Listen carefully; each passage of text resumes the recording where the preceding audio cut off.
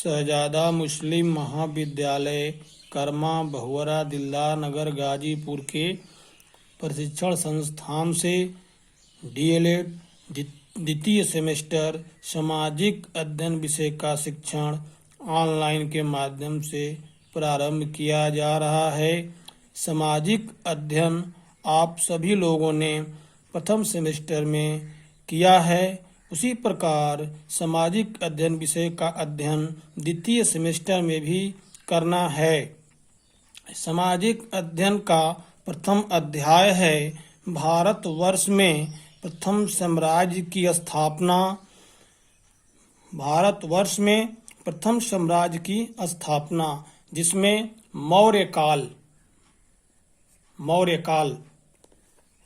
मौर्य वंश का संस्थापक चंद्रगुप्त मौर्य था। चंद्रगुप्त मौर्य ने 322 ईसा पूर्व से लेकर 298 ईसा पूर्व तक मगध पर शासन किया था। इसके प्रमुख प्रधानमंत्री चाणक्य या विष्णुगुप्त था। चंद्रगुप्त मौर्य ने यूनानी शासक सेल्यूकस को पराजित करके उससे संधि करने के लिए मजबूर किया था। सेल्यूकस ने अपनी पुत्री का विवाह चंद्रगुप्त मौर्य के साथ किया था और मेगस्थनीज को अपना राजदूत बनाकर उसके दरबार में भेजा था। चंद्रगुप्त मौर्य ने मगध साम्राज्य का विस्तार काबुल, कंधार तथा भारत के अधिकांश पश्चिमी भाग तक किया। उसके साम्राज्य में अफगानिस्तान, बलूचिस्तान, सिंध, पंजाब, कश्मीर, नेपाल, गंगा यमुना का मध्य भाग, बंगाल, सौराष्ट्र, मालवा तथा दक्षिण के कुछ प्रदेश आते थे। चंद्रगुप्त मौर्य भारत का पहला ऐतिहासिक सम्राट था। वह आकर्षक व्यक्तित्व का स्वामी था। उसमें परमवीर सैनिक, चतुर राजनीतिज्ञ एवं दक्ष कूटनीतिज्ञ की भावना उसमें थी। चंद्रगुप्त मौर्य के पश्चात उसके पुत्र बिंदुसार 298 ईसा पूर्व से लेकर 273 ईसा पूर्व के समय में शासन किया। उसके पश्चात उसका पुत्र अशोक जो 273 ईसा पूर्व से 232 ईसा पूर्व के शासन काल में गद्दी पर बैठा था। अशोक मौर्य वंश का ही नहीं बल्कि हमारे प्राचीन भारत का एक महान सम्राट था। उसने उड़ीसा का प्रसिद्ध कलिंग युद्ध जो 261 ईसा पूर्व के भीषण रक्तपात से दुखी होकर भविष्य में कभी युद्ध न करने की घोषणा किया था। अशोक ने अपने साम्राज्य में शांति की स्थापना के लिए बौद्ध धर्म को राजधर्म घोषित किया था। बौद्ध धर्म के प्रचार के लिए अनेक मार्ग अपनाए।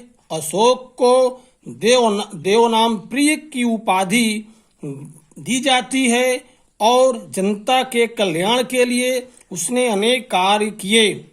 अशोक की मृत्यु 232 ईसा पूर्व के पश्चात उसके उत्तराधिकारी कमजोर एवं अयोग्य साबित हुए, क्योंकि अशोक की मृत्यु के बाद पुष्यमित्र शुंग नामक व्यक्ति ने मौर्य सेनापति ने मौर्य वंश के अंतिम शासक बृहद्रथ को मारकर मगध में शुंग वंश की स्थापना की, जिसको पुष्यमित्र शुंग के नाम से जाना जाता था। मौर्य काल का सामाजिक जीवन। मौर्य काल का सामाजिक जीवन। मौर्य काल में वर्ण व्यवस्था अपनी चरम सीमा पर थी। समाज 4 वर्णों में विभाजित था: ब्राह्मण, क्षत्रिय, वैश्य तथा शूद्र। इसके साथ साथ 4 आश्रम व्यवस्था भी था, जिसमें ब्रह्मचर्य, गृहस्थ, वानप्रस्थ तथा संन्यास। सामाजिक संगठन के ये मूल आधार थे। वर्ण व्यवस्था जाति व्यवस्था में परिवर्तित हो गई थी। स्त्रियों का स्थान समाज में उच्च था। विवाह शास्त्रीय नियमों के अनुरूप होते थे। कन्या की विवाह योग्य आयु 12 वर्ष तथा लड़के की आयु 16 वर्ष होना उचित माना जाता था। समाज में कुछ ऐसे वर्ग भी थे जो जनता का मनोरंजन किया करते थे, जिसमें नट, नर्तक, गायन, मवारी ऐसे ही वर्ग थे। इसके अतिरिक्त शिकार, घुड़दौड़, मल्लयुद्ध आदि भी मनोरंजन के साधन थे। मौर्यकाल का आर्थिक जीवन। मौर्यकाल का आर्थिक जीवन जनता की आजीविका का मुख्य साधन उस समय कृषि था। विभिन्न प्रकार के अनाज पैदा किए जाते थे, जिसमें वे लोग गेहूं, चावल इत्यादि का उत्पादन किया जाता था। इसके साथ साथ रेशमी, सूती तथा ऊनी वस्त्रों का व्यवसाय उन्नत अवस्था में था। हाथी के दांत आदि से आभूषण बनाए जाते थे। खानों से खनिज संपदा निकाली जाती थी। इस काल में व्यापार आंतरिक तथा बाह्य दोनों प्रकार से प्रचलन में था। भारत का व्यापार चीन, मिस्र, सीरिया, लंका तथा पश्चिमी देशों से व्यापारिक संबंध स्थापित हो गया था। मौर्य काल के हमें सोने, चांदी तथा तांबे के सिक्के प्राप्त हुए हैं, जिसमें आहत के सिक्के प्रचुर मात्रा में प्राप्त हुए हैं। मौर्य काल का धार्मिक जीवन। मौर्य काल का धार्मिक जीवन मौर्य काल में ब्राह्मण धर्म को उच्च स्थान प्राप्त था। ब्राह्मण धर्म के साथ साथ शैव धर्म, वैष्णव धर्म तथा पौराणिक धर्म का भी प्रचलन प्रारंभ हो गया था। इस समय नाग तथा वृक्ष पूजा का भी प्रचलन था। अशोक के शासन काल में बौद्ध धर्म का प्रभाव बढ़ गया था। जैन धर्म को भी प्रोत्साहन मिला था। चंद्रगुप्त मौर्य तथा अशोक के पौत्र संप्रति जैन धर्म के उपासक थे। इस काल में एक नवीन संप्रदाय का जन्म हुआ था, जिसे आजीवक संप्रदाय कहते हैं। आजीवक नग्न सन्यासियों की तरह जीवन व्यतीत करते थे। मौर्य काल की भाषा। मौर्य काल की भाषा मौर्य काल में ब्राह्मी तथा खरोष्टी दो प्रकार की लिपियों का प्रचलन था।